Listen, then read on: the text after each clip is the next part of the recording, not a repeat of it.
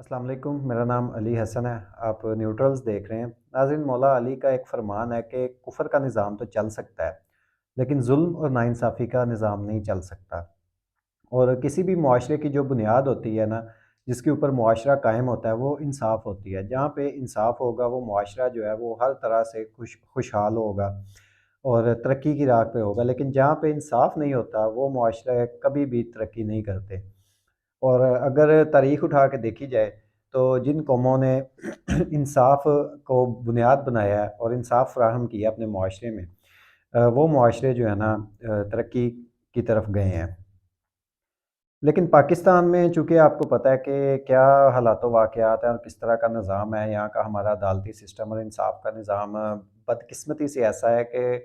ہم لوگ ایک دوسرے کو دعا دیتے ہیں کہ اللہ تمہارا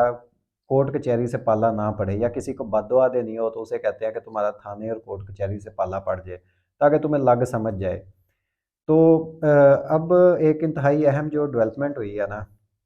وہ آپ کو بتاتا ہوں۔ ہوا کچھ اس طرح سے ہے کہ پچھلے دنوں بھی آپ کو یاد ہوگا کہ ہائی کورٹ کے ایک جج صاحب جو ہیں، انہوں نے جب ایک عمران خان کی جیل میں ملاقات کے اوپر پابندی تھی، اس حوالے سے ایک پٹیشن تھی، تو اس کے اندر انہوں نے کہا تھا کہ یہ جو بیوروکریٹ ہے نا، یہ کہیں اور سے آرڈر لیتے ہیں، اور سیدھا سیدھا انہوں نے کہا تھا کہ اگر نظام کو بچانا ہے اور نظام کو ٹھیک کرنا ہے تو پھر چند سول افسران جو ہیں، 200 سے 300 جو لوگ ہیں نا، انہیں قربانی دینا پڑے گی، اور انہیں جو ہے نا قربانی دیں گے تو پھر یہ سسٹم جو ہے نا وہ چل سکتا ہے، ورنہ اسی طرح سسٹم چلتا رہے گا، کیونکہ ہمارے جو فیصلے ہیں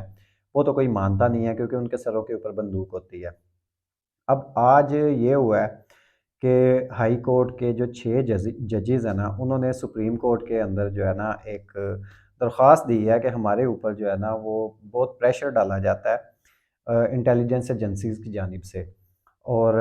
اطلاعات یہ بھی ہیں، چند صحافی اس بات کا ذکر کر رہے ہیں، سوشل میڈیا پہ ان کے ٹویٹس پڑے ہوئے ہیں کہ ان لوگوں نے، ان ججز نے پہلے تو آلموسٹ 2 ہفتے پہلے خود بیٹھ کے نا اور ہائی کورٹ کے اندر یہ معاملہ سلجھانے کی کوشش کی ہے، لیکن جب کچھ ہوتا نظر نہیں آیا تو پھر انہوں نے جو ہے نا یہ خط لکھا ہے سپریم کورٹ کو۔ اچھا، یہ جو 6 ججز ہیں نا، ان کے نام میں آپ کو بتا دیتا ہوں۔ جسٹس محسن اختر کیانی صاحب ہیں، جسٹس بابل ستار ہیں، جسٹس ارباب محمد طاہر ہیں، جسٹس طارق محمود جہانگیری ہیں، جسٹس سردار اجاز اسحاق خان ہیں، اور جسٹس سمن رفت امتیاز ہیں۔ ان 6 ججز نے جو ہے، ان کے باقاعدہ سائن بھی موجود ہیں، اور جو تفصیل ہے نا اس معاملے کی ساری، وہ بھی میں آپ کو بتاتا ہوں کہ وہ ہوا کیا ہے۔ اچھا، معاملہ کچھ اس طرح سے ہوا ہے، جو انہوں نے خط لکھا ہے سپریم کورٹ کو، یہ کورٹ رپورٹر ہیں مریم نواز خان، مریم نواز شریف نہیں ہے، خان ہے۔ انہوں نے باقاعدہ پورا اس کے اوپر ایک ٹویٹ کیا ہے، اور وہ میں آپ کو بتا دیتا ہوں۔ یہ واضح ہونا چاہیے کہ انٹیلیجنس ایجنسیز کا ججز کو بلیک میل کرنا، ججز پر اثر انداز ہو کر انجینئرڈ فیصلے کرنا کوئی پالیسی ہے؟ کویسچن مارک کے آگے۔ اسلام آباد ہائی کورٹ کے 6 ججز کا سپریم جوڈیشل کونسل کو لکھا گیا خط دراصل چارج شیٹ ہے، جس کے مطابق ٹیریان کیس میں درخواست ناقابل سماعت قرار دینے والے ججز پر شدید دباؤ ڈالا گیا۔ یہ ٹیریان وائٹ کا جو کیس ہے، عمران خان کا ایک مبینہ طور پہ ان کی بچی جسے کہا جاتا ہے، اس حوالے سے ایک کیس تھا، اور اس کے بارے میں بتایا جا رہا ہے کہ جو اطلاعات آ رہی ہیں کہ یہ جو کیس جب عدالت میں گیا تھا تو جن ججز نے کہا تھا کہ یہ سماعت کے قابل نہیں ہے، ان کا یہ موقف تھا کہ یہ ایک اس کا ذاتی معاملہ ہے، عمران خان کی زندگی کا، کسی بھی انسان کا جو ذاتی معاملہ ہوتا ہے اس کے اوپر جو کیس ہے وہ قابل سماعت نہیں ہوتا۔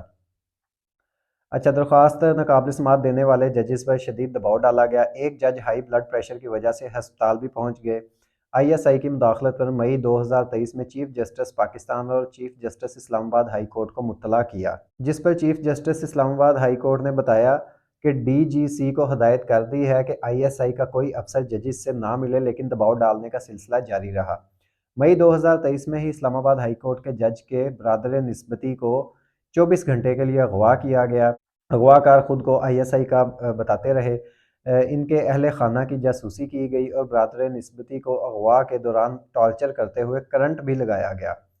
اور ویڈیو ریکارڈ کرانے پر مجبور کیا گیا۔ بعد میں جج کے خلاف ریفرنس سپریم جوڈیشل کونسل میں دائر کیا گیا اور میڈیا کمپین بھی چلوائی گئی۔ 3 مئی 2023 کو اسلام آباد ہائی کورٹ کے انسپیکشن جج نے چیف جسٹس کو مطلع کیا کہ ڈسٹرکٹ ججز پر دباؤ ڈالا جا رہا ہے، یہاں تک کہ ایک ڈسٹرکٹ اینڈ سیشن جج کے گھر کریکر حملے کیے گئے۔